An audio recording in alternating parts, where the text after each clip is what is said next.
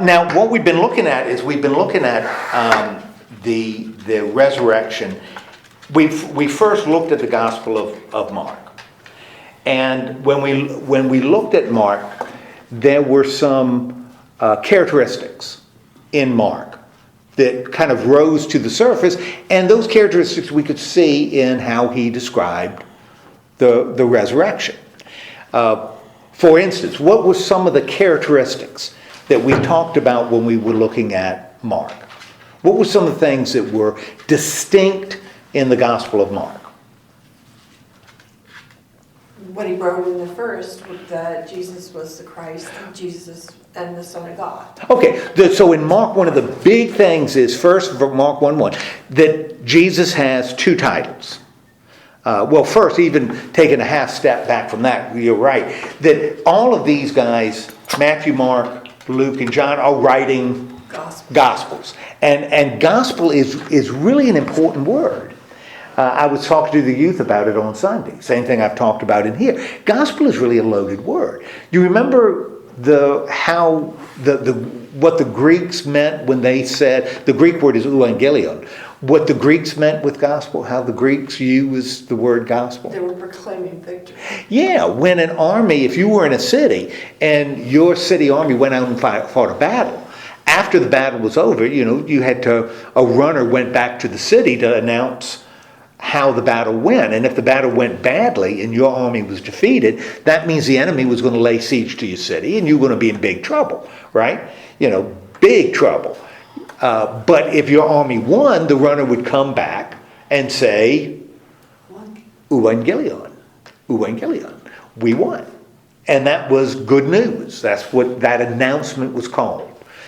Evangelion, good news, the way we translate gospel. So when we read the Gospels, all the Gospels, none of them are biographies.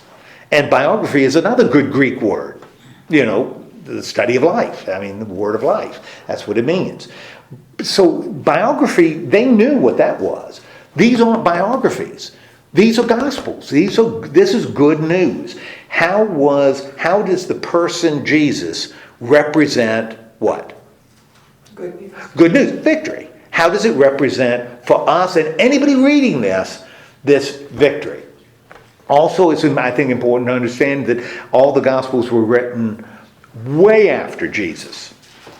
At least a generation or more after Jesus. Mark was probably the first one, somewhere around 70, 71 AD. Matthew, Luke, and John were written even later. Matthew and Luke may have been around 90, 95 maybe. So much, much later, after Jesus, maybe 2 generations after Jesus is gone. And so all of them are going to be based on stories that are circulating about Jesus. Paul is long since, he's part of the history. Paul's been gone a long time. So these are guys that are trying to compile all these stories that are circulating about Jesus, presenting them in a way that represents how they view good news. How would Jesus be victory?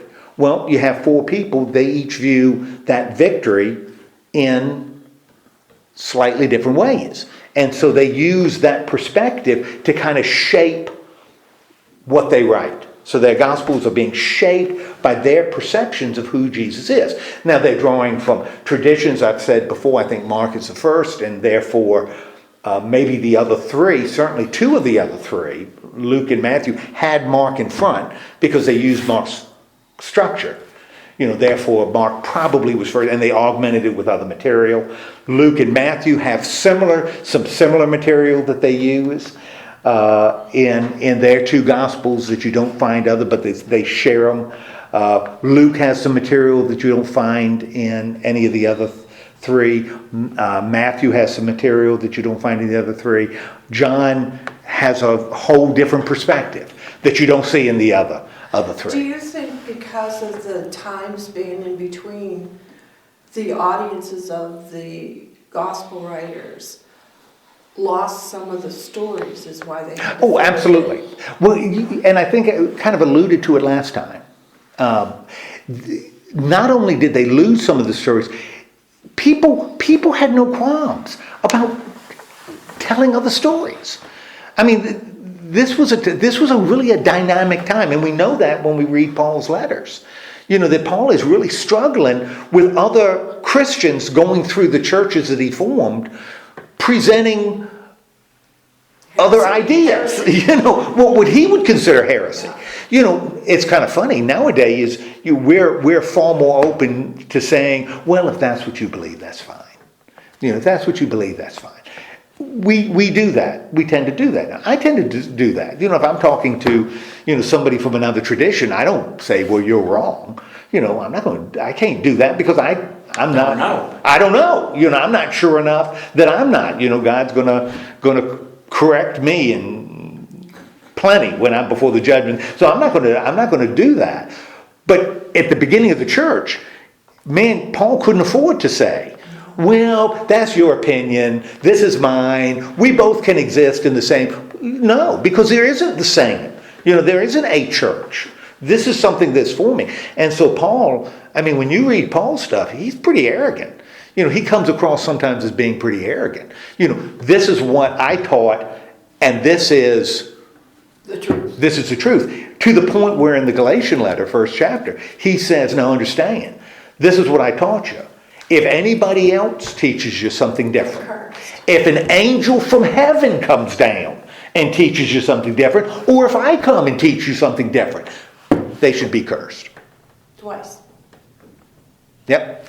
And because he had to present the truth. There had to be a core on which this would be built. So he's very adamant. I think you're right. I think there were a lot of stories that they were afraid people were forgetting. I think there were a lot of stories that they didn't want people to grasp onto, because just like we do now, if I have certain ideas, I'm going to find people, maybe people who are really respected, and I'm going to say, well, they were saying these things way before me, to give kind of credibility. Credence to what I'm saying. And I think that was happening a lot in the early church. A lot. And so what these evangelists are trying to do, and it's not just these four. Man, there were gospels all over the place in the early church. Some crazy stuff. Some of them from a definite theological position. But some just wild. All these infancy stories. Because if you look at the Gospels, there's a huge gap in the life of Jesus. You have birth, which is only in 2 Gospels. His birth is only in 2 of them. So it's not in all 4. It's only 2 talk about his birth at all. There's this huge gap until he's baptized. And only Luke has that one appearance at the temple. Right. Luke is the only one that fills in, and that's only one little story. So other people were filling in gaps all over the place about what Jesus did as a boy. And some of the stuff he did as a boy, if you believe those, which the early church said, this is baloney, this didn't happen, this is just a story. Jesus was dangerous. In fact, there's a story about Jesus going to school and a teacher teaching him his ABCs. And teacher's teaching him his ABCs. And the teacher says to Jesus, say Aleph, which is the first letter in the Hebrew alphabet, Aleph. And Jesus says Aleph. And the teacher says, now say Bet, which is the second letter in the Hebrew alphabet. And Jesus says, I will not say Bet until you explain to me the meaning of Aleph. And the teacher gets ticked off that Jesus is saying this to a teacher. He's a kid saying this to a teacher. And so the teacher raises his hand to slap Jesus. Big mistake. Big mistake. You don't slap Jesus. In the story, what happens to the teacher? Lightning strikes dead. Strikes down, dead. There's another story Jesus is making, had little mud puddles, and he's making these little clay birds. He and a buddy making these little clay birds, and only Jesus will breathe on his birds and they'll fly away. These little clay birds and they'll fly away. And a bully comes and stomps on the mud, and gets rid of their little mud puddles. Big mistake. Big mistake. What happens to the bully? Strike down. Strike down. I'm sorry. You don't mess with Jesus, And it was funny with this, after the story with the schoolmaster who dies, it says in one of these infancy gospels, Mary and Joseph had a difficult time finding a teacher for Jesus. So, the early church looked at these and said, this isn't Word of God. We're talking about resurrection. Well, if that were the case, somewhere along the line, if somebody took Jesus off as an adult, it would have been recorded. Yeah, it would have been. It was tough. Tough to be around Jesus as a kid. How did you get to be a disciple? I mean, they didn't take him off at all. It's kind of like that story from the Twilight Zone. The little kid that controls the world in the Twilight Zone.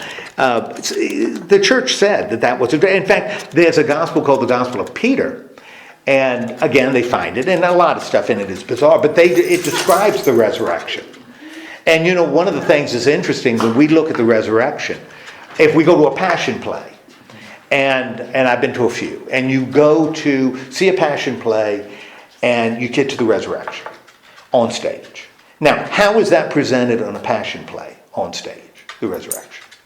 When you get to the end, the crucifixion's occurred, we're at the resurrection. How is that generally presented? I don't know, I've never been to a passion. Well, I can tell you. Thank you. You have on stage like a tomb with this stone in front, big stone in front. And then fog machines start working. And so the stage becomes foggy. And you have lights coming from the back, reflecting on the fog. And then the stone slowly rolls away. And lights start coming from behind the stone as it's rolled away, right? And the stone is rolled away. And who walks out of the tomb? Jesus walks out of the tomb. And he's wearing something white, and it sparkles as the spotlight hits it. And that's usually the climax of the Passion play. That this is the resurrection. Notice, that's not described in any of the Gospels. There's not any description of the resurrection itself. There are descriptions of what was there after the resurrection, but no description of the resurrection itself. The Gospel of Peter has a description of the resurrection. And it's the same deal, that the light stone rolled away. Jesus leaves the tomb, and he's huge. His head reaches into the heavens. So he is an enormous person. And as he leaves the tomb, a cross is following him who's talking.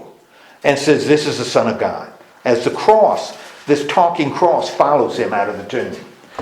The early church looked at the Gospel of Peter and said, I'm not thinking. I'm not thinking that this was something that was circulated that claimed to be a gospel, good news of Jesus, but really wasn't. And so I think you're right. I think these guys are trying to, go through the stories that present the Jesus that reflects the good news, and not some of the adventure stories or stories that have clear theological perspectives. There's a lot of stuff that was going on in the early church, and they were trying to come down to something that could be a basis in the future. And I think that's what they were developing. They also wanted to give the church, since we're talking about 900 or 90 AD, there's going to be a church. Jesus hasn't come back. And so where does the church fit into this? I mean, the story of Jesus would seem to, end with Jesus. And Jesus ends with Jesus. Jesus is coming back. Well, he hadn't come back, in 60 years. He hadn't been back in 60 years. So what do we do? Do we keep on waiting? Well, while we're waiting, what do we do? Do we have a church? Do we get together? Do we meet? Do we talk about things? Do we live a faith? What happens 60 years after Jesus, when everybody expected in the year 40, Christians expected Jesus to be back any day? What do you do 50 years later when he isn't back, when he hasn't come back? And so the Gospels become, not only how is Jesus good news now, but how does this reflect on what's going to happen later? And different evangelists take different perspectives on how does this affect the future. It almost have to say that you guys have a job to keep this going. Well, yeah, that's exactly right. I think that's what they're saying. And for that's you have the first ecclesia church, in Matthew. So there's this understanding that there's going to be a community after. And Matthew ends with Jesus saying, Go do your job. yeah, when you go out, make disciples or disciple other people. And you have Luke, good gracious, Luke, even more dramatic. Because he has volume 2. Volume 1 is the gospel, and then volume 2 is the early history of the church. So here's a church that is organizing and creating communities, and seems like it may be here indefinitely. Could be here for a long, long time. So they're trying to figure out how does this fit in to what's coming. Okay, so anyway, so as we look at Matthew, Mark? What are some of the distinctive things we saw in Mark that impact his presentation of the resurrection? We said Jesus, Son of God, he is the Christ, he's the Son of God. What else did we see in Mark that really seems to hit us with the resurrection? What did Mark seem to see as really, really important in his gospel? That the disciples didn't tell him. Okay, the disciples are failures in Mark because they don't tell anybody. Even the women don't tell anybody. So don't look back to people, 40 years later. Don't look and think the disciples are any great shakes, because they aren't. They aren't much better than you. In fact, you probably would have done better than they. Okay, so skepticism about the disciples. Remember how Jesus showed himself to be Son of God? You remember one event in Mark was the first time where Jesus was acknowledged as Son of God? He had to die. Centurion at the cross. When the centurion at the cross sees how he dies, he says, surely he's the Son of God. And Mark sees that suffering as a big deal in Mark. The suffering of Jesus is a huge deal in Mark. His identification with us.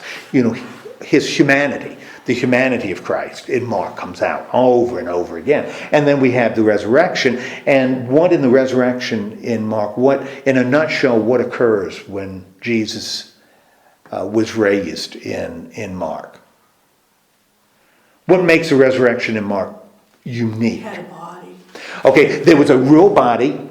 You had women going to the tomb, real body person in there, has been raised. Divine passive, God did it. Jesus didn't do it himself. The guy at the tomb said what to the women? Gave them, don't be afraid. Don't be afraid, and go tell. Go tell. And what do the women do? They don't tell anybody. Boom, period. Mark ends in a preposition. Kind of weird, and enough that people added 2 endings. Non-Mark people added 2 endings because the language is different. Okay, last week, but that's consistent with what Mark wrote. The disciples are failures in the gospel. They end up failing them at the end. That's why I love Mark, because I think it's really sophisticated, because he leaves us with something that's pretty bold, since nobody told at the end of Mark. But we know historically somebody had to have told. What then is Mark trying to do in his gospel by having it end the way he ended it? The challenge. It becomes a challenge. It's, okay, these women failed him. What are you going to do? Now, we talked about that. Last week we talked about Matthew, and we looked a little bit we mentioned a little bit about some of the background that's floating around in the Gospel of Matthew that becomes important, and we see some of it in the resurrection. Do you remember some of the things we talked about last week about, and you could turn in your Bibles to chapter 28 in Matthew if you would. Some of the things that are going on in Matthew that that will impact or have an impact on resurrection. The soldiers were there at the tomb. They weren't in Mark. Okay, yeah, one of the things and that I think is really important when we look particularly at Luke and at Matthew is we compare it to Mark. When we look at Luke and Matthew, we compare it to Mark. Because when Luke and Matthew do something different than what's in Mark, if they indeed had Mark in front of them, and 95% of Mark is in Matthew. So it's a real good, strong possibility he had Mark in front of him. If Matthew changes something in Mark's story, then we start thinking, ooh, maybe that tells us what's important to Matthew. Okay? That something is really important in Matthew. A couple of things we've mentioned with Matthew. Matthew is much later than Mark, probably around 90, 95 AD.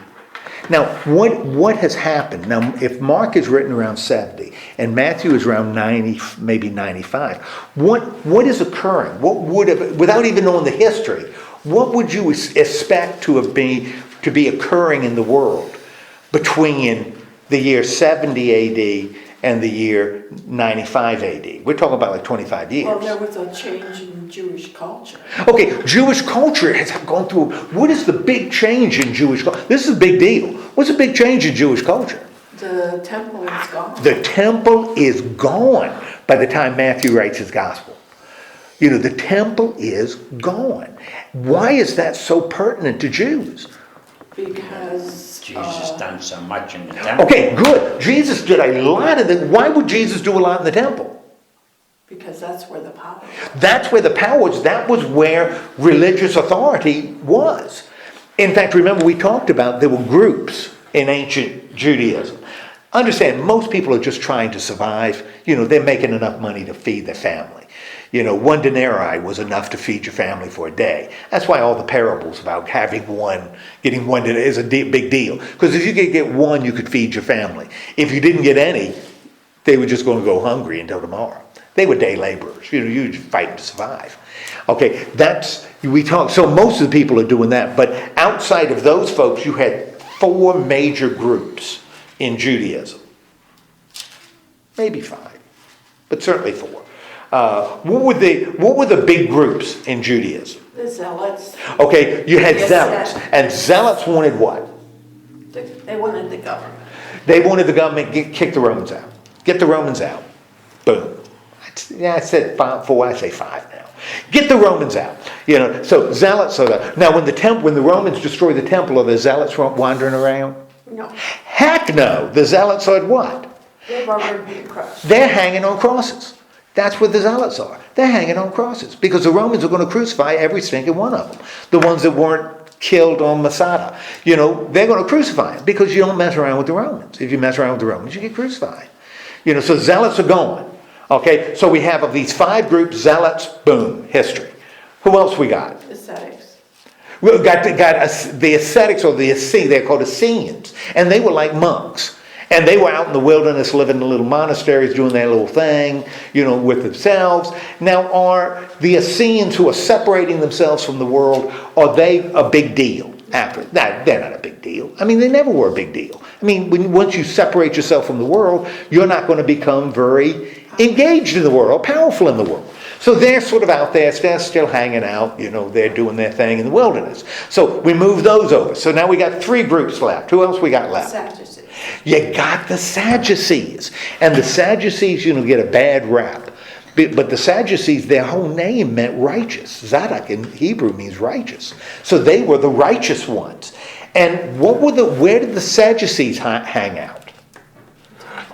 The Sadducees hung out at the temple. They valued the Torah, the first 5 books.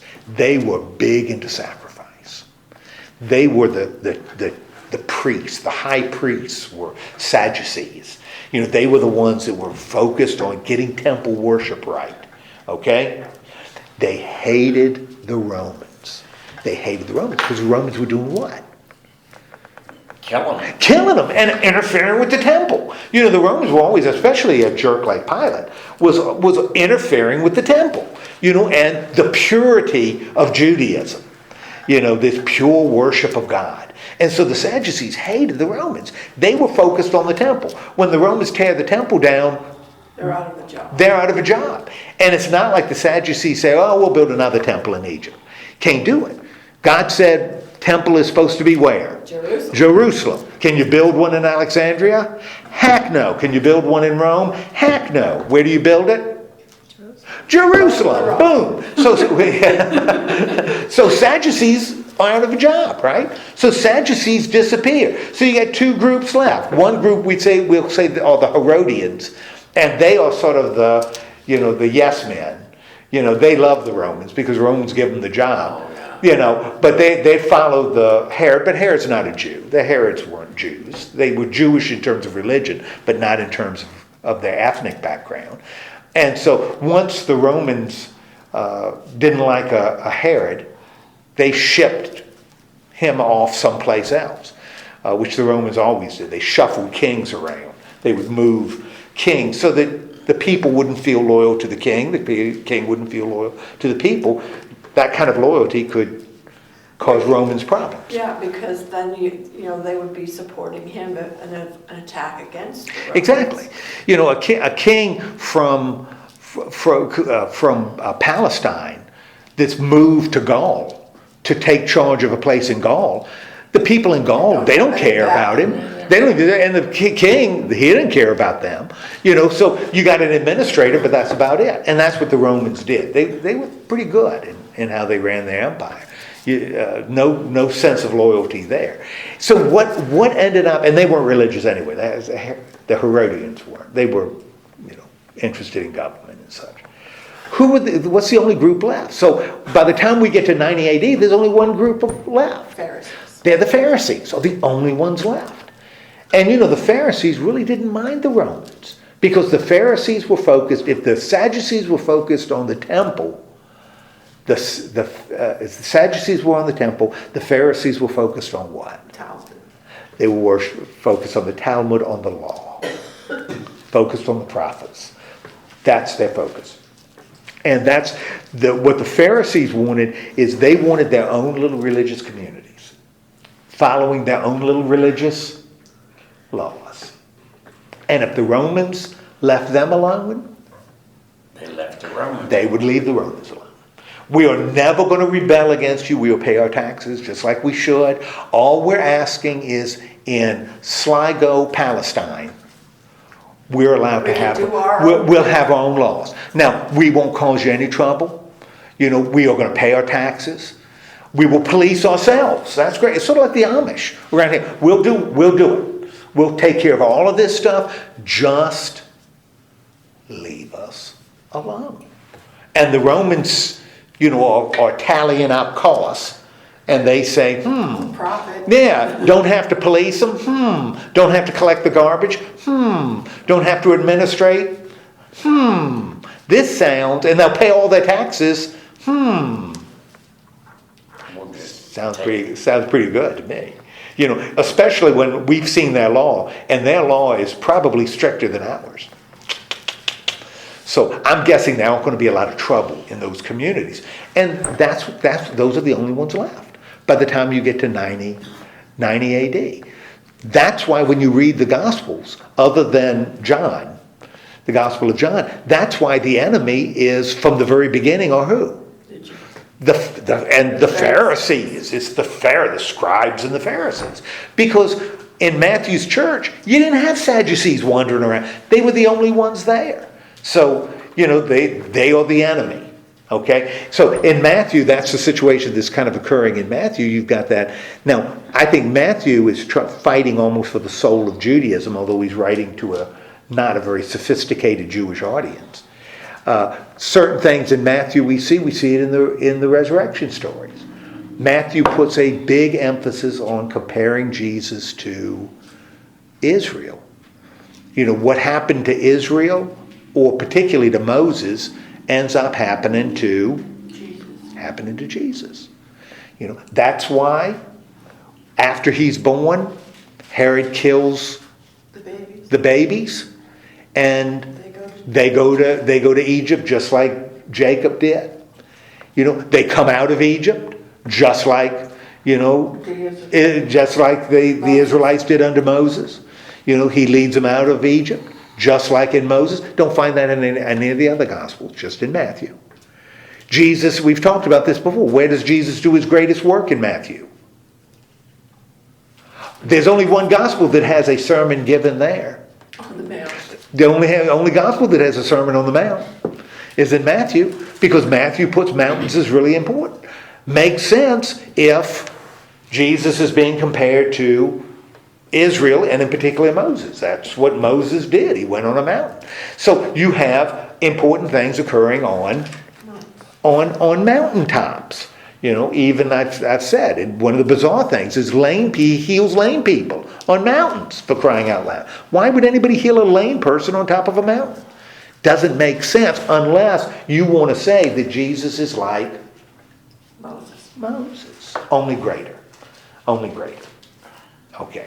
And when we look at the resurrection, and this is in 28, when we look at the resurrection in Matthew, and this is what we talked about last week, what occurs? What's going on at the resurrection?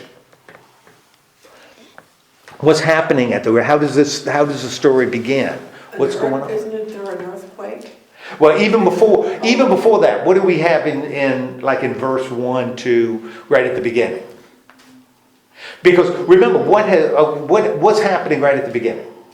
A new day. Okay, we got a new day dawning, right? Significant, because new day dawning means what? We got the beginning, and what is rising? The sun. The sun is rising, which means we are coming out of Darkness. into, symbolically really good to have things happen in the early morning, right? Okay, we've got, and who do we have there? The woman. You have women, right? How many women, by the way? Two. Very interesting. Because how many did Mark had? Three. Had three women. But we have two here. And they're going to the tomb. And now what has occurred that would cause them to go to the tomb? What has happened in Matthew that would cause the women to need to go to the tomb? To anoint him. In the prior chapter, what happened to Jesus? He died. He died, of course. And he was crucified, right? All right. Same thing we got in Matthew, Mark have in Matthew. With one little exception. The stories are remarkably the same, but this is where you look and see, what does Matthew put in his story? That might give us a clue to what Matthew thinks is important with the resurrection. Or the resurrection and crucifixion. Jesus is crucified, right? Says this same thing at the end. My God, why have you forsaken me? Have nothing about the thief on the cross, talking to him, having a good conversation with him. Jesus saying, forgive them. They don't know what they're doing. None of that kind of stuff. Man, this is following Mark, almost identically Mark, until we get to his death. And Jesus says, my God, why have you forsaken me? And people say, he's calling for Elijah. Let's keep him alive a little bit longer to see if Elijah comes down and rescues him, right? Just like in Mark. And then he lets out this cry and he dies. And then what occurs in Matthew? Now we're in chapter 27, but it's leading up to 28. What occurs after he dies? Oh, I love it. Curtain in the temple. Curtain in the temple tear. Same thing in Mark. Symbolizing what? When the curtain tears? Now you can talk about it. That's right. The gap between humanity and God is gone. The place where God dwells, the Holy of Holies, that temple, that curtain is now separated. Humanity and God now don't have that separation. In Mark, when it happens in Mark, we start looking at the baptism, thinking about that, because the tear is the same. He uses the same word, to tear. Evidently Matthew doesn't care, because Matthew's baptism heaven opens and the temple curtain is torn, which is two different words. But for Mark, maybe it's a little more dramatic. But the temple curtain is torn. That happens in Mark. That separation is done. And in Matthew, the soldier immediately makes his confession, right? No. What happens after the temple is torn and the soldier makes his confession? You have to have an earthquake. Got to have an earthquake. Shake things up. Yeah, shake it up. Which you don't have in Mark. So there's an earthquake. Oh, but an earthquake isn't enough. What else happens? People come back to life. Graves are open and dead people Are walking. are walking around town. Right? And people are seeing these dead folks walking around. Is that in Mark? No. So Matthew is adding this to the story. Now, when he adds this to the story, how is he changing just slightly changing the crucifixion, or at least his view, how he views the crucifixion as important? Mark, it's very simple in Mark. Jesus just dies, and the temple curtain is torn. In Matthew, Jesus dies, temple curtain is torn, and then the earth shakes and dead people are walking around. How does Matthew see the crucifixion? Risen. I mean, people will be raised from the dead. Okay, good. Foretaste of the resurrection that's coming up, which we're going to see in a few days, in 3 days. Is this a big deal, the crucifixion in Matthew? Sure. In Mark, would anybody have noticed the crucifixion? No. In Matthew, do people notice the crucifixion? Yeah, boy. It is a huge foretaste of resurrection coming. It is a huge deal. And even the centurion, because in Matthew, the centurion says the same thing. Truly he was the Son of God. But in Mark, it says, when the centurion saw how he died, he says, truly he is the Son of God. In Matthew, what does it say? It says they saw everything that happened at his death. When they see what's happening, when they see the death, when they see the earthquakes, when they see dead men walking, then they say he was the Son of God, which kind of changes. What the Son of God isn't just the one who died, but the Son of God is the one Who gives life. who gives life. This is a cosmic event. Truly he was the Son of God, because his death caused all this to happen. It wasn't just the simplicity of the death. This is a big deal in Matthew. Now, which is right and which is wrong? Doesn't matter. Who cares? Both are saying something profoundly important about the resurrection. That Jesus' death, through his death, he identifies with us completely in our pain and abandonment. That's what Mark is saying to us. Matthew is saying, yeah, but don't forget that crucifixion was a cosmic event and opened the door to the resurrection. Is that right? Well, of course it's right. Both of them are right, because both of them are viewing the same event in a slightly different way. Okay? Which leads to, so the women are there at the tomb in Matthew 28. They're at the tomb, right? And why are they at the tomb? What are they carrying what does Matthew tell us they're carrying when they go to the tomb? What are they carrying? Nothing. Ooh. I'm bothered by that, because They didn't have any stuff to anoint Jesus. I distinctly remember in the Gospel of Mark they were carrying stuff. Yeah. Yeah, what were they carrying stuff? What were they carrying in Mark? Stuff to anoint Jesus. They were carrying spices, weren't they? To anoint. To anoint Jesus. What's wrong with these women? They aren't carrying a thing. Why aren't they carrying anything? Wasn't he already anointed? Yeah. What did you say, Ben? He was already anointed. He'd already been anointed in Matthew. Oh, When was he anointed in Matthew? When Mary Magdalene put the oil. Oh, at Bethany. Oh, When he at was the at the fair. dinner at Bethany, yeah. Jesus says, which he doesn't say in Mark. Jesus says, she has anointed me for my burial. Yeah. So Jesus has what? Already been anointed. Therefore, when the women come to the tomb, Matthew's just being consistent, they don't need to anoint him again, because he's already been anointed. Now, one of the things with Matthew, it's kind of an interesting. Matthew tends to take things pretty literally. And one of the more bizarre things that Matthew takes literally is the prophecy in Zechariah about how the king is going to enter Jerusalem. About riding, the donkey and a foal of a donkey. That's a big deal. And all the evangelists pick that up. That's Palm Sunday, is in all four of them. But only Matthew takes the prophecy really, really literally.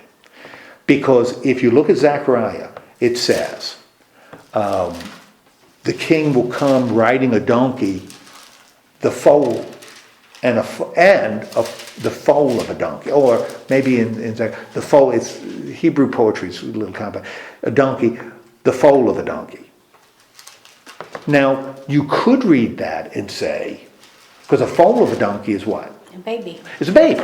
You could say, that's right, offspring. You could say that he is describing the donkey as the foal of a donkey. He's coming in on a donkey, which is the foal of a donkey, which is the son of a donkey.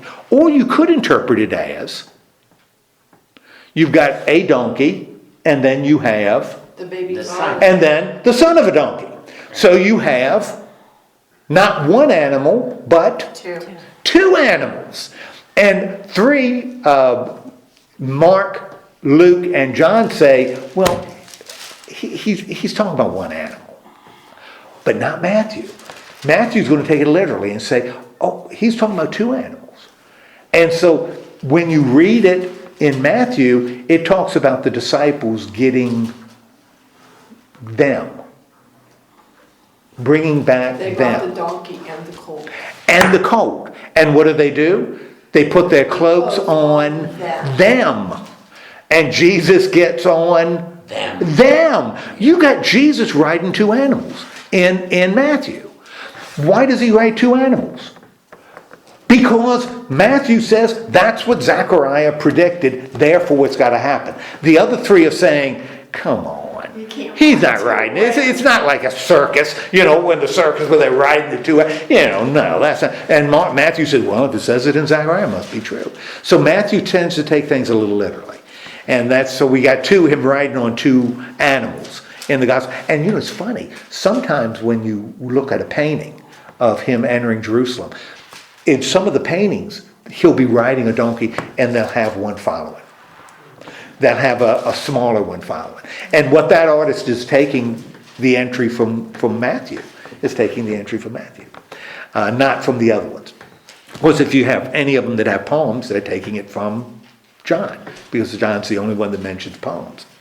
Okay, so Matthew takes it literally. This is an example of him taking something literally. He was already anointed, so the women are not coming to anoint the body, right? Now, if they're not coming to anoint the body, all of a sudden certain things don't become important that were important in Mark and will be important in Luke and in John. What are some of the things that aren't important anymore? They're not worried about moving the stone. Nobody is worried about moving the stone because They don't need to. they don't need to, right? They don't need to get to the body. All right, so they are there. So why are they at the tomb anyway? What does Matthew tell us that these women, who are not there to anoint the body because they haven't brought anything to do it anyway, why are they at the tomb in the first place? They're just coming to spend time with Jesus. They're just coming to spend time. Like if you've got a spouse in a cemetery, you go and spend time. Or a child, or my mother, you go. Every time I leave the house, when my mother passed, they gave Debbie and I one of those chimes, Wind chime. and I hang it, wind chime, and I hang it, it's right outside my house. I have to walk by it. Every time I walk by the house, and when the wind is blowing and it's ringing, I'll always say, hi, Mom. Because it's just a reminder. And that's why they're at the tomb. They're at the tomb just to Be with God. be with Be God. with Yeah, Jesus. be with them, pay their respects. That's why they're there. So the moving the stone is not an issue in Matthew. What ends up happening? Another earthquake. Matthew likes earthquakes because what occurs? Another earthquake, right? But this isn't just an earthquake. It brings an angel coming. An angel comes down. Now, understand, file this away, and I've said it before, angels do not acquire wings until the Middle Ages. Angels don't get wings until later.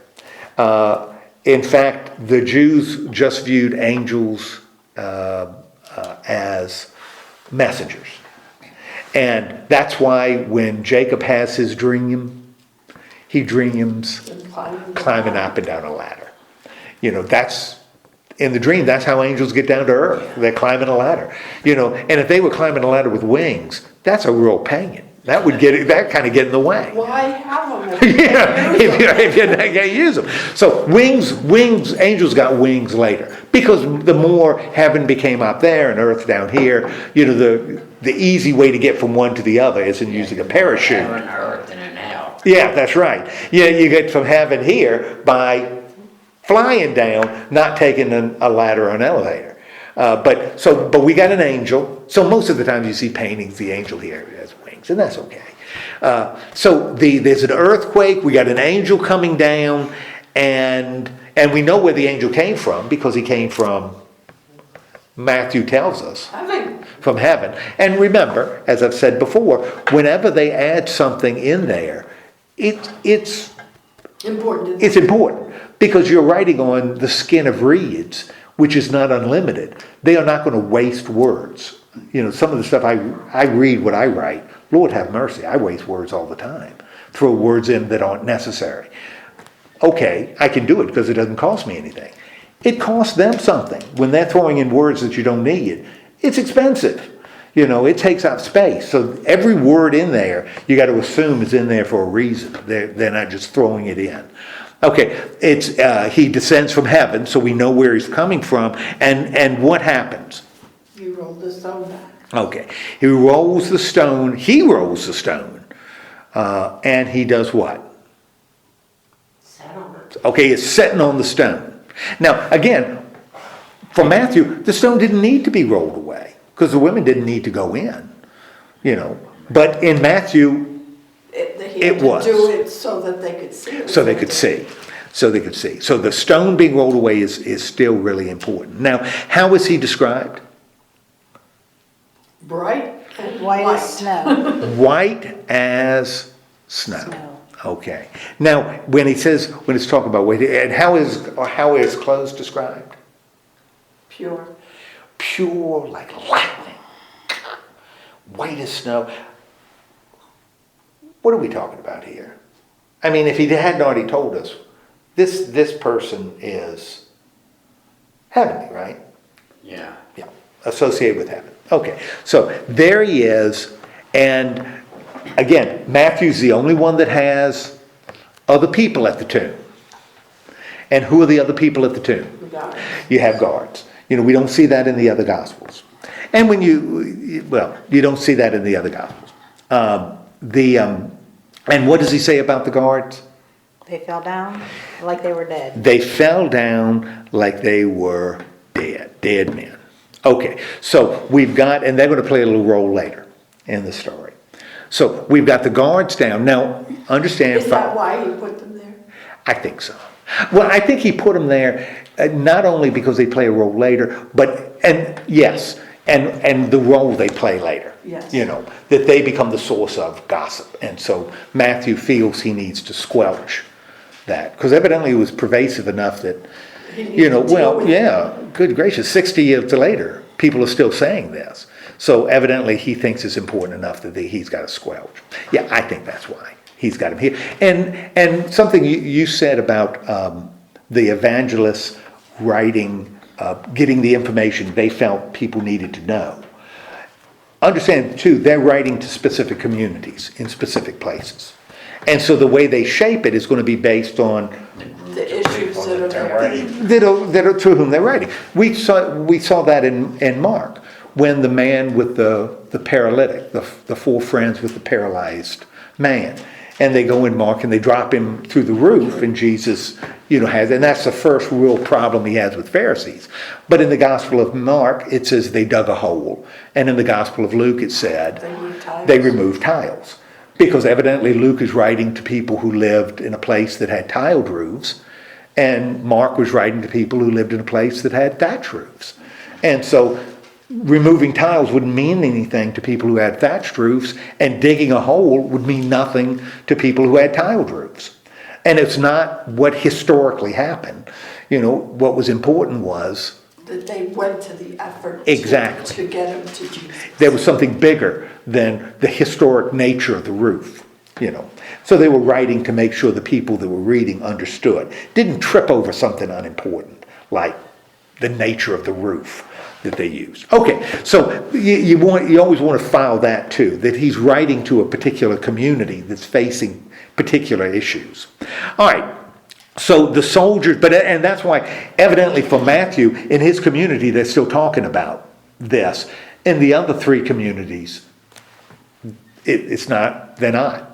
So why squelch a rumor that doesn't exist? Why put it in their mind in the Exactly. first place? That's right. Why there would be no motivation to add that or to keep that in the story if nobody is saying, well, maybe that's right. You wouldn't. There's no reason to do it, especially since it's expensive. Okay. So anyway, he's there, and what does the angel say? Don't be afraid. Okay, says don't be afraid, which is kind of interesting because the guards were what? They were so afraid they became like dead men. He says to them, don't be afraid, and then, I know you're looking for Jesus, okay, and he's not here. and he's not here. He was risen just as he said. Okay, now that again is important. We see the same thing in Mark. We see the same thing in Luke and John. This passive verb. He doesn't say he rose. Himself. Yeah, he doesn't say Jesus rose from the dead. Jesus did not rise from the dead. Because if I say Jesus rose from the dead, what am I saying? He did it himself. He did it himself. Jesus, in his own power, caused himself to be raised. Now, if he did, that's quite a miracle, right? We'd say, whoa, that's a big miracle. But it wouldn't be resurrection. Because when the resurrection of the dead occurs, and for the Jews, that's a huge deal, that our whole sense of life after death resides in the resurrection of the dead. There is no life after death unless we are raised. That doesn't It would mean exist. that Jesus didn't really die if he did it himself, because he still had some spark of life somewhere if he, to be able to do it. Then he resuscitated. Yeah. Then he became resuscitated. Yeah. Or he performed an incredible miracle for himself. Mm-hmm. Just like he did with Lazarus, just as he did with Jairus' daughter. This is a spectacular miracle. My gosh. But it isn't the resurrection. Because at the day of resurrection, and for the Jews, that's it. The Jews did, and I've said this before, and it's you got to file it away. And it doesn't matter how you view life after death. It has to do with how the Jews view it. So this is how Jesus, how Paul, how the evangelists view life after death. Everything rests with the resurrection of the dead. Because they were all Jews, and they were writing primarily to Jewish audiences. Certainly the evangelists were. That the Jews did not believe that bodies and soul could have independent existences without the other. The Jews believed they were different, but souls needed bodies, and bodies needed souls to live. Jews, there were no zombies in Judaism. Yeah. You couldn't have bodies that were living without souls, but you also couldn't have souls that lived without bodies. So you didn't have ghosts. You read you don't see ghosts. You see Samuel being awakened by Saul, but he says, I was asleep, and you woke me up, which is how the Jews viewed death. That's why Paul talks about falling asleep. That death was like falling asleep, and if you fall asleep one day, You'll wake up. you'll wake up. And what is the day when you wake up? Resurrection of the dead. Boom, resurrection of the dead. That's what the Jews believed. Kind of like if you've ever had surgery and they put you under, and you go under surgery and you may be in surgery for 8 hours. But when you wake up, you don't say, boy, I was under surgery a long time. When you wake up, it feels like, Did they do it? yeah, you just went to sleep. You don't have that sense of time. When I sleep at night, I'm aware. You dream, you think about stuff, So you think, well, I must have slept a long time, and sometimes I have, and sometimes I haven't. But you get this sense of time when you're sleeping. But when you're under anesthesia, you got no sense of time. Oh, I didn't. Maybe some people do. I didn't have any sense of time. I know whenever I woke up from surgery, I made it through. Yeah, that's right. You know, but the last time, Or I wonder if they did it. yeah, well, the last thing I remember is talking to the anesthesiologist. Count backwards, starting Yeah. at Well, 99, that's it. we were talking about football, you know, and I was in the middle of a football sentence, and you know, I was going. You know, you feel that warmth. You know, when it hits the blood, you feel that warm, and you're just talking, and then all of a sudden, it must have been nothing. You know, I have not been on the other side, so I have no idea what it looks like. But for me, it was done. And then all of a sudden, my next conscious moment, boom, I'm in recovery. And I think that's a good analogy of how the Jews saw life after death. You know, we fall asleep when we die, boom, next conscious moment. Bang, new resurrection, souls and body are reunited. What does the body look like? Don't know. You don't know what the soul looks like, don't know what the body looks like. Paul says it's a mystery when the mortal puts on immortality. You know, but bang, that's the resurrection of the dead. And that's life after death for the Jews. You know, for the Greeks, on the other hand, the body was a shell, the soul is within the shell. When we die, the shell passes and the soul is released to be with God.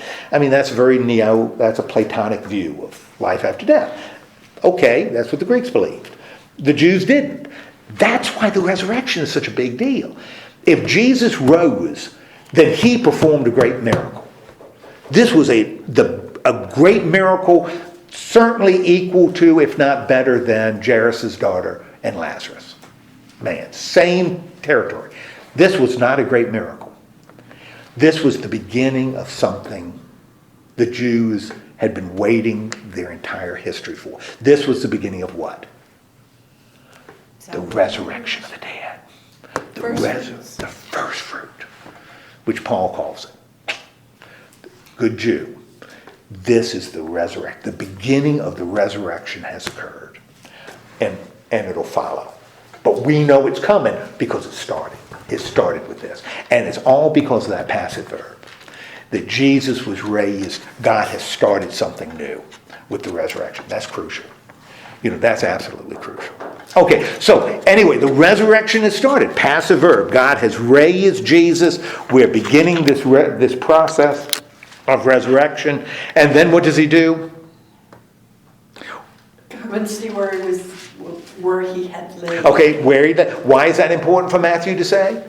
Because the body's not there. Because the body's not there. Now that's really interesting when you think about it, though. When you think about it. How did he get out of the hole? How did he get out of the hole? Because in all the other Gospels, when the women get there, the stone is gone and he's gone. But in Matthew, the stone is rolled away. And when it's rolled away, it's empty. It's empty. Now, clearly Matthew doesn't care that we know. It must not be important to Matthew. If it was, he would have told us. But that is curious. You know, Matthew, that's something that I don't know. I don't know how. You know, I don't know. It's interesting that it's at dawn, and he's gone before that. Right. But then Matthew's going to put something in the story a tiny bit later that would tell us that Jesus hasn't been gone for long. Because they're going to meet him. So the women are there. The body is gone. All right? Got two women, and that's all you need, right? Because why do you need two women? It could be two men, but it's Could be two women. Yeah, it could be two men. Yeah. Why do you only need two? Because they're going to talk. Well, no. I'm not saying this about women. Jeez, you need a witness. Neither Van nor I are stupid enough to say that kind of comment here, right?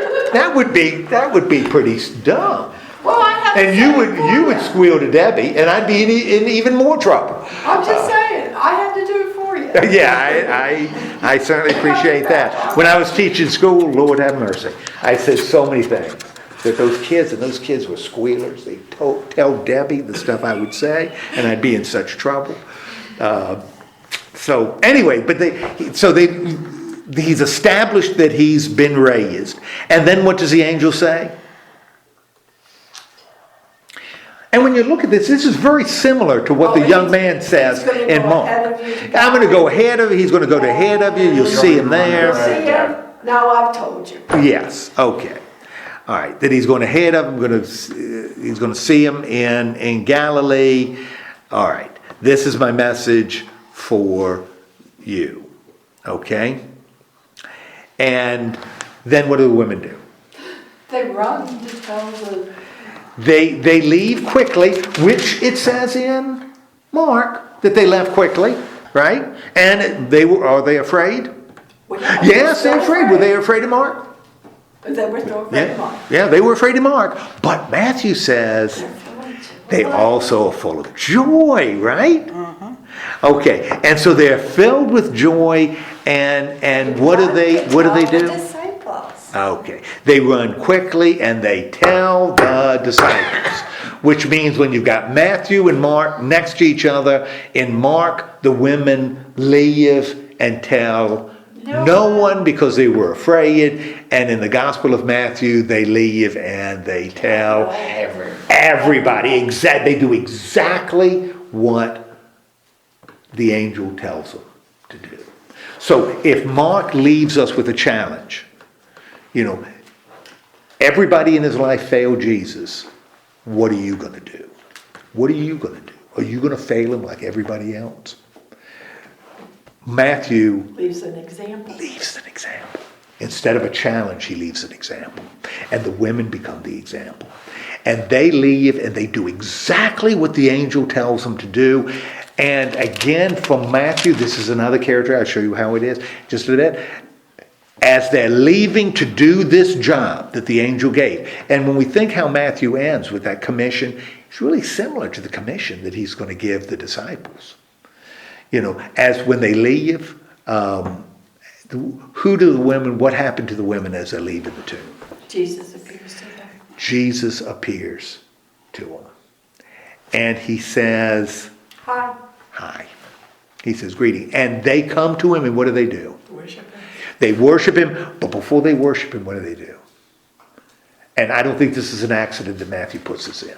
And they go grasp his feet. They grasp his feet. And grasping his feet means what?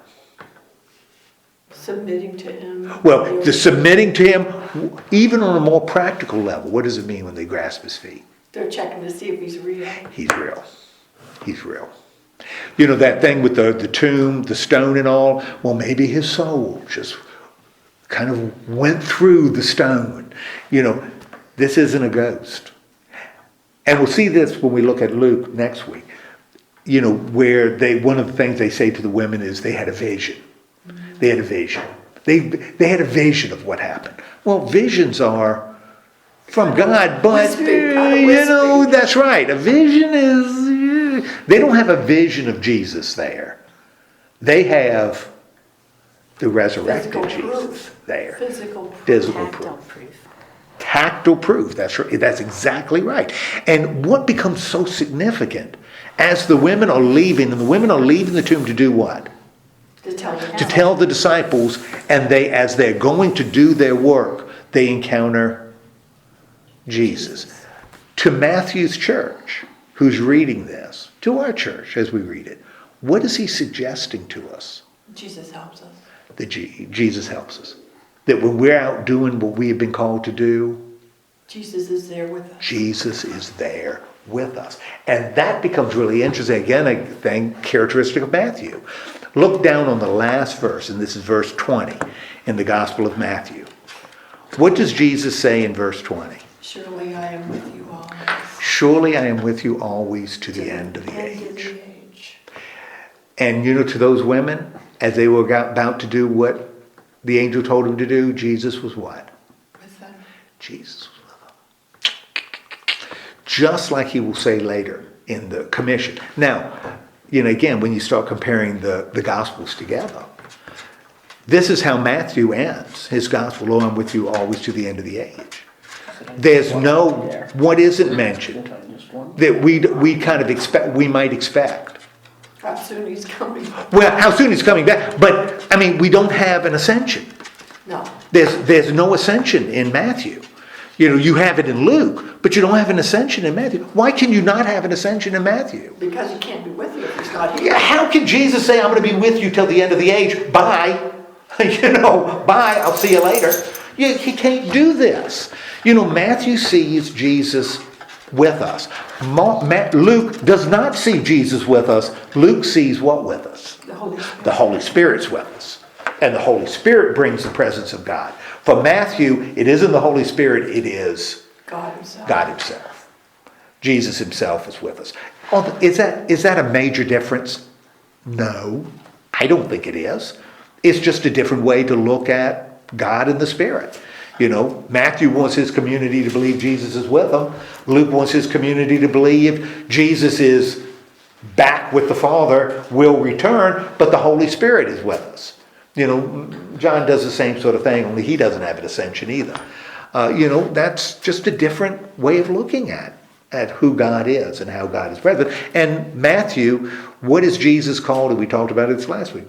Right before he was even born, or at his birth, Joseph was told to call him Jesus because he would save his people from the sins. He was also called Emmanuel, which means God with us. God with us. So Jesus is God with us when he's born. Jesus is God with us When he's raised. when he's been raised. He is God with us. And this is what happens to the women as they leave the tomb. Now, and what do they end up doing? And it's interesting because Jesus says, go and tell my brothers. And remember, in Matthew, the disciples have not come off looking good either. Not as bad as Mark, but they hadn't been great in Matthew. You still had the denial, still had the betrayal, still had the running away. But now Jesus views them as brothers. So it's like things have been forgiven. So Chris Rock has forgiven Will Smith. But to me, this is so important because to have brothers, you have the same father. Yes. That's right. That they share a father. Now we got the thing with we talked about this, the thing with the guards. And evidently this was a big deal in Matthew's community because he includes it. What happens with the guards while the women are going on their way? They have to go report what happened because that was their job, and now they're in trouble. Their job was to guard the tomb. And we know they are what kind of guards? They are Roman guards. They aren't Jewish. The temple had their police. And the temple police, if it had been the temple police, they would have the chief priest would have said, don't worry about it. This is what we want you to say, but don't worry about it. But evidently they were Roman guards because the chief priest said what? We'll tell your superior. We'll fix it for you. Because what do the guards tell them? It's the truth. They tell them the truth, right? They say what happened. And what happened is an angel came down They fell asleep. and they said the stone was rolled away and they became like dead men. Yeah. So the guards are saying, you won't believe what happened. This angel came down from heaven, rolled the stone away. We were paralyzed. We couldn't move. They would be able to see that Jesus' body wasn't in there, Absolutely. too. Absolutely. It wasn't just the women who could see. So now they're telling them his body wasn't there. That's and right. We know it was because That's right. the rock was there until the angel came down. You darn tootin'. And so Matthew has validated that with his church, that this was the right tomb and the body was gone. And they're telling the chief priests the truth. They are telling the chief priests the truth. And the chief priests who should be interested in the truth. They're Sadducees, they're Zadoks. That's their job is to deal with the truth. What do the Pharisees, what do these chief priests say? We got to lie. Yeah, we got to lie about this. And what lie do they give them? That we fell asleep and the disciples stole it. We fell asleep and the disciples came and stole it. Which means those Roman guards were Dead. They were dead men walking. Because the last thing the Romans want is guards to fall asleep. And if I am a guard trainee if I am a trainee guard and I find out that Van is guarding something and Van has fallen asleep, and I hear my centurion say to Van, "Oh, don't we all get tired? I know it's a long day. That's okay. I'll let this one slide." Me as the trainee Roman guard, I'm going to say, Oh, well, I was okay to sleep. "Oh, well, if Van can get away with it." So can I. So what is the centurion going to do to Van? Oh, he's gonna hurt you. It's not going to be good. Van, it's not going to be good. He isn't going to make you stay awake a long time. What is he going to do? He's going to cut out vital organs. You are going to be in big trouble. You're going to be the former Van. And I, as a trainee, will probably have to do it. Because they're going to say to me, you fall asleep like Van, same thing's going to happen to you. Happen to you. And it isn't going to be pretty. And I'm going to say, okay. Yeah. I'm going to say, okie dokie. I've learned my lesson. This historically, this is unlikely that the chief priest, they didn't have that kind of power to convince the Roman authorities. Oh, let him go. Oh, go, let him go. Especially not Pilate was a jerk. It's not going to do it. But this is what. So and Matthew says evidently that's what they do, and the guards tell this story, right? And Matthew ends that little section by saying, This story circulated. this story circulated even to Today. So evidently this is a story that Matthew knew was floating around his community and what he wanted It would to do. undermine the resurrection. Of course it would. Because every time they were, it's like I was listening to the radio. How committed are you if you're not sure? Well, I was listening to the radio and about Duke is playing North Carolina. Now you ladies know that. Duke is playing North Carolina, right? I do. Okay, good. Duke is playing North Carolina. Maybe you do. I mean, I think that's great. But Duke is playing North Carolina. And growing up in the South, growing up in Virginia, ACC country, there is no rivalry like Duke and North Carolina. Yeah. Living in Indiana, they would say Indiana and Purdue. Living in Virginia, they'd say UVA and Virginia Tech. Maybe in here would be Penn State and Pitt. But they don't let them play very often. But Duke and North Carolina in basketball play at least twice a year. Since 1902, I think. Twice a year. And what makes it even more dramatic is Duke and North Carolina are, 1 and 2, aren't they? well, I'm thinking, yes, but they are 10 miles apart. Oh. 10 miles apart, the campuses. Jeez Louise. It's This like is- the rivalries here, high school. It is huge. And, they see themselves as different. Their populations is different. Their student bodies is different. Duke feels superior, because they're private, they're a Methodist school. So they, see themselves academically, they're, kind of on the Stanford, Vanderbilt level. So, they kind of look down on North Carolina, University of North Carolina. So huge rivalry. And I was listening to the radio. If whoever wins, and the guy who was saying that he wishes this wasn't going to happen, this game. Because whoever wins, especially Krzyzewski's last game, if whoever wins this, and this is the first time they've ever met in the Final Four in the NCAA. Ever. They've never met. They've played each other since 1902, but they have never met in the Final Four of the NCAA. They play twice a year at least, but they've never met. That whoever wins this will have bragging rights for the next 20, 30 years.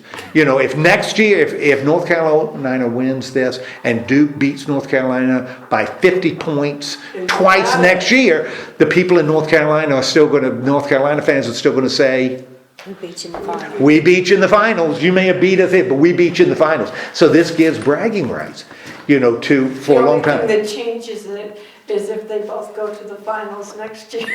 Well, if they played again, yeah, if they played again. If this was, and that's why it's so unlike so many. This game is so different than others because it's never happened. This particular game has never occurred. I don't know that they've ever played in the NCAA tournament, but certainly not in the Final Four. So it makes bragging rights. That's what's happening here. That this is something that's continued for 60 years. The soldiers. The soldiers. Oh, I heard that the disciples. Yeah, the disciples sold the body. Because we've heard this. Man, you can read some books. That's what people have suggested now. Resuscitation. That Jesus wasn't truly dead. He resuscitated in the tomb, or the disciples stole his body. But clearly this was something that was a big deal for Matthew, because Matthew felt he needed to squelch it. And as this ends, what ends up with the disciples? They go to Galilee. They go to Galilee. And geez, this is a shockaroo. Where in Galilee do they go? To a mountain. Now that's going to be big next week, because Jesus isn't going to go to Galilee in Luke. No, Jesus isn't going to go to Galilee. He goes to Galilee in Matthew and John. He promises to go to Galilee in Mark. Never goes to Galilee in Luke. Never goes to Galilee. There's a reason. I'll tell you the reason next week. Why he doesn't go to Galilee. Goes to Galilee. The 11 are there. 11, why not 12? Judas is gone. Chapter 27, Judas throws the money back, hangs himself. Judas is out of the picture. They see him, and this is where the English is not, the translations are not good. They really aren't. And it's a shame. It says in every translation you have in verse 17, read verse 17.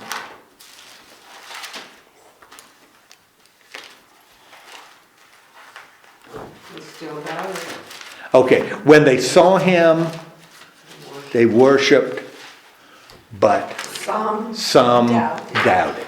And that is not what it says in the Greek. That's not what it says. What does it say? It's the word "some" isn't in the Greek, and to me that makes it far more powerful when you take the "some." It doesn't, because when you read this, it says they worshipped him, but a few of them doubted. But that's not what it says in the Greek. It says they believed, but they're wondering how did this Yes. happen? All of them had questions. Yes, they all worshipped him, and they all Had questions. had questions. They all doubted. Now, I think Matthew's intentionally saying that, because he's writing to a church later. He isn't telling the church. Yeah, that's right. It's because we don't understand God things. Exactly. And it's okay we can still do this commission if we have doubts. We don't have to have perfect knowledge. We can have some doubts. And that's why I think it's far more powerful if you take that stupid "some" out, and the "some" isn't in the Greek. That word isn't in the Greek. Maybe you can say, well, it's implied, but it's not there. There's not and there should be an article there if it was intended, and it's not there. So he's talking to a group where they're all worshiping him, but they're all doubting, and then he says, and this is another, what does he say about his authority? All Authority in heaven and on earth. And this is when we get to the commission itself, verse 19, another, I think, questionable translation. Because in most translations it says, go and make disciples. And when you say, go and make disciples, go would be what? What kind of verb is that? It's an action. It's active. It's also an imperative. It's a command. If I say go, I'm doing what? Telling you what to do.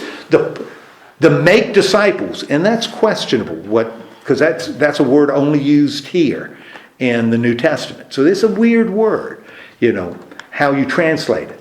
But that's an imperative. And then when it says teach, that's an imperative. Baptize, that's an imperative. But go is not in Greek an imperative.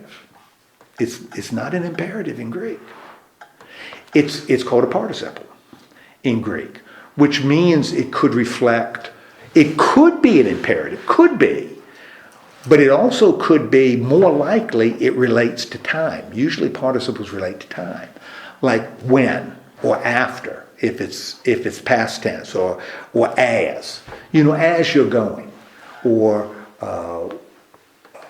when you go. Or after you go. That's usually how it's translated.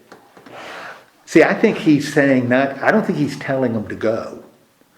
He's saying, I think you translate it like you do most other participles. As you live, do it. Yeah, as you go, or when you go. Now, it could be by, it could be, participles can carry a lot of it, manner and time and means, and a lot of things could be in participles.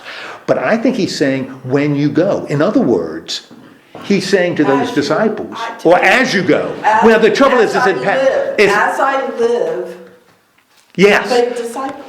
you are not going to stay on this mountain. No. I do not have to tell you to go off this mountain, because you're going to go. So going is not part of the command. You are going to leave this mountain. As you go, or when you go, or after you go. Doesn't matter. When you go down, this is what I want you to do. Now, make disciples, it's the only time it's used. How do you translate it? Don't know. And it's something that God does. I think you can't do it on your own. I think a better translation would be disciple. Be a disciple for all nations. You're not making them disciples. Instead, you're discipling them. And now what he tells them to do defines how you disciple. And how do you disciple people? Well, you do two things, right? Teach and baptize. You teach and you baptize. Teach, baptize. Teach, include, because baptism becomes that sign of inclusion. And we know we can do it because of what? Because he's with us all the time. Because he's with us all the time. Even as we're down in the valley below doing our thing, Jesus is with us. Now, this is the resurrection, and now we're done. The resurrection in the Gospel of Matthew. Instead of Mark having that implied challenge, what are you going to do? In Matthew, resurrection. Now you have a commission. Now you're told this is not only what to do, but how to do it. And an example of what it means to do it in those women who are leaving. So Matthew ends with a whole more complete, but again, that makes sense if Matthew's writing to a church 20 years after Mark. Because Matthew's church is now is established. That community is established. It's going to have to function out. It's going to have to reach out. It's going to be here for a while. Mark is still, you don't know when Jesus could come back anytime. Matthew's church has had to live with the fact that he probably isn't anytime soon. Well, how many generations would have passed between, Christ's resurrection and there? 4? Well, if you say a generation is 20 years, the resurrection, Christ's resurrection would have been somewhere around probably 35. 60, so maybe 3.5 generations. Wow. You've had, all the ones in this generation passed. Exactly. And this generation passed, because life expectancy isn't 100 anymore. Right.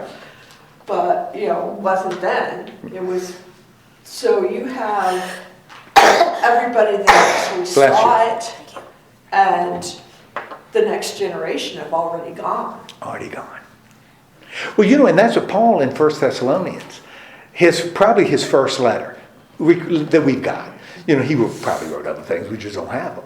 But Paul's first, that's the problem he's writing to the Thessalonians. Yeah. Because we believe, because this is what Paul taught. Jesus is coming back tomorrow. Be ready. Could come back anytime. Expect him tomorrow. And in the Thessalonian church, Christians are dying. Mm-hmm. And this is blowing the Thessalonians away. Because they assumed Jesus would come before any Christian died. What do you do with dead Christians? How does that work into, if Jesus is going to come back, general resurrection of the dead, but those who believe in Jesus are going to be there, what do you do with the Christians that's dead? This doesn't fit into what we believe, and that's what Paul says now. Well, understand, it doesn't really it doesn't contradict anything that I've taught you. Those who are in Christ, will be raised. Yeah. So, Resurrected. will be resurrected. Will be raised. And so don't worry about those who have died, because God's going to take care of them. They're going to be part of this general resurrection. But it was a big deal for the Thessalonians, because they didn't expect Christians to die until Jesus came back. But they were.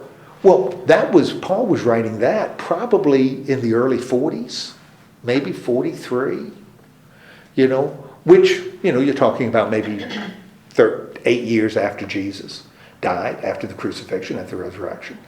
We're talking about now 50 years after that. Lord have mercy. After 50 years, not only do you have one generation of Christians dead, you got another generation of Christians dying, and then another generation of Christians getting old. And so, the church can't live with Jesus is going to be back tomorrow. You just can't continue to sustain that. So now we're working, okay, if that's not God's plan, what is God's plan? Well, now God's plan is to reach out to the entire world. And that's what we see Matthew doing, and that's what we see Luke doing. And in Hebrews, we see that it started way back. Yeah. That they're all still waiting. Right. That's exactly right. Hebrews puts it in a whole different context. But yeah, that's what they will say, and because they have to. How do you deal with that? You see the letters of Timothy and Titus. Now you've got churches that have bishops. He's talking about bishops. And how do you regulate meetings and things? You've got a well-developed church, but you've got to. You're talking about a church that's, now 60 years, 70 years after Jesus is gone. You better have some structure, or you're not going to exist anymore. And that's what we see. What's that? I said, you gotta have a lot of structure. You're darn tootin'. And you're getting bigger, and you got churches around, So how do you unify? How do you unite these communities that still don't have? Are we all going to unify at one time? Well, that's what God says. How do you keep from drifting, into different directions? Well, that's what you start dealing with in the pastoral letters. You got to pull them in. You got to pull them in.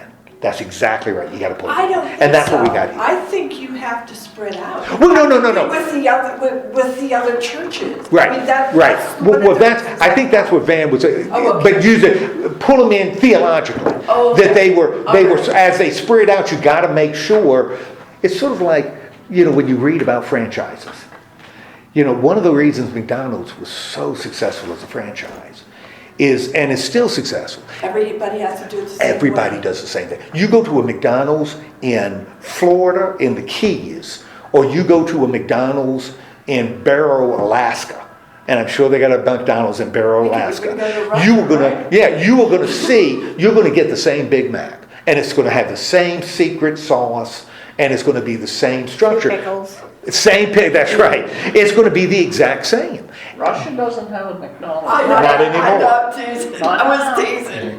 But if you go and Israel, cheese and meat, it's a lot. But if you go in the United States from one McDonald's to another, you're going to get the exact same meal, and that's why McDonald's is successful. You don't say, well, that McDonald's is good, but that one is awful. You can go and know what you're going to get, whether you like it or not. It's up to you, but you know what you get. And that's what you're talking about with churches. When you have the church in Ephesus and a church in Tarsus, if you go to the church in Ephesus, you're going to get the same message you remember back home from in Tarsus. You're not going to get a radically different message. You want to keep a consistency. And that's why they start writing stuff down. That's why they're writing stuff down, so you can be consistent in what you believe. Okay, next week, and I will tell you what to look at next week. I have a question. Yes. What happened to stupid question. What happened to the dead bodies that was raised and walked around? Well, that's an excellent question. What happened to you mean Jesus? No, you're talking about Lazarus. No. Whenever. It said the graves opened up and. Oh, those bodies, we would assume they just went back. Yeah, they went back. Although I don't know that, and I'm just thinking, I'm just thinking out loud. I think probably Matthew wants to leave that a little vague. Because Alice, I think you were right, and it was something I hadn't really thought about. So you really helped me in a comment you made earlier about those bodies coming out of the tombs as being sort of a foretaste of the resurrection. If Matthew is doing what you suggested he's doing, and he that makes a lot of sense to me, then if those bodies look forward to the resurrection, the general resurrection, then they wouldn't have gone back to the graves. They were raised. They were raised. And I think that's why Matthew may keep it vague. Were they raised before Jesus? Well, but it's well, that's right. I think they were Well, just maybe. Maybe. That's right. But that's good. That's right. That would certainly speak against that. That would speak against it. That if the general resurrection began with Jesus, this would have been before. So this would have been more like Lazarus, and Jairus. So I'd say that, yeah, they probably died. They returned to the grave. But that's a great question. Jeez Louise. No, it wasn't. Yeah, because I didn't know. I heard a good joke this week from the who was the oldest man that ever, I'm probably getting it wrong. Who was the oldest man that ever lived? Methuselah. Nope, he was the oldest man that died. Ah. Enoch is the oldest man that ever lived, right? Say that again. Enoch's the oldest man. Yeah, that's right. That's exactly right. I got you on that. Now, wait a minute. Wait. We went through an Academy Award with one person slapping another. We don't need any more slapping, going on here. Oh, that's great. That's good. That's right. That's Enoch. Yeah, that's right. I heard that. I don't know. Yeah. Oh, that's so much better than my dad jokes. The dad jokes that I tell. Leave online in the morning. My little dad jokes. I heard that on TV. I didn't come up with that myself. All right. Well, let's have a word of prayer. Lord God, thank you so much for giving us this time together, and bless us as we go about our living. Again, help us with those needs that we shared a little bit, and be with those people that are facing surgery or recovering from surgery, or dealing with the consequences of surgery. Be with them and give them peace and hope and comfort, and be with a world that sometimes sure seems to be spinning out of control. Just remind us, as all those things happen, that you're in control, that you are simply in control, and your will is ultimately going to be done. Help us to recognize that. In your name we pray. Amen. Oh, he doesn't feel enough.